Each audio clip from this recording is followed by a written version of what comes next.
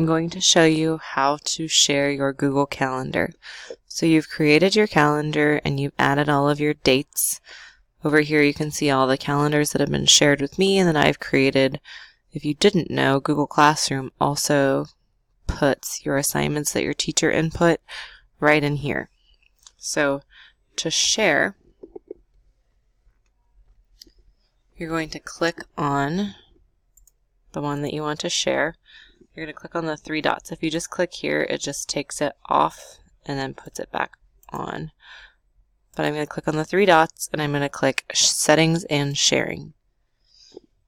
Okay, you need to name yours Event Planning Class, and then you need to write your name so I know whose it is that I'm looking at. And then down here, I can either make it available to public, but you just need to make available for Maze USD 266.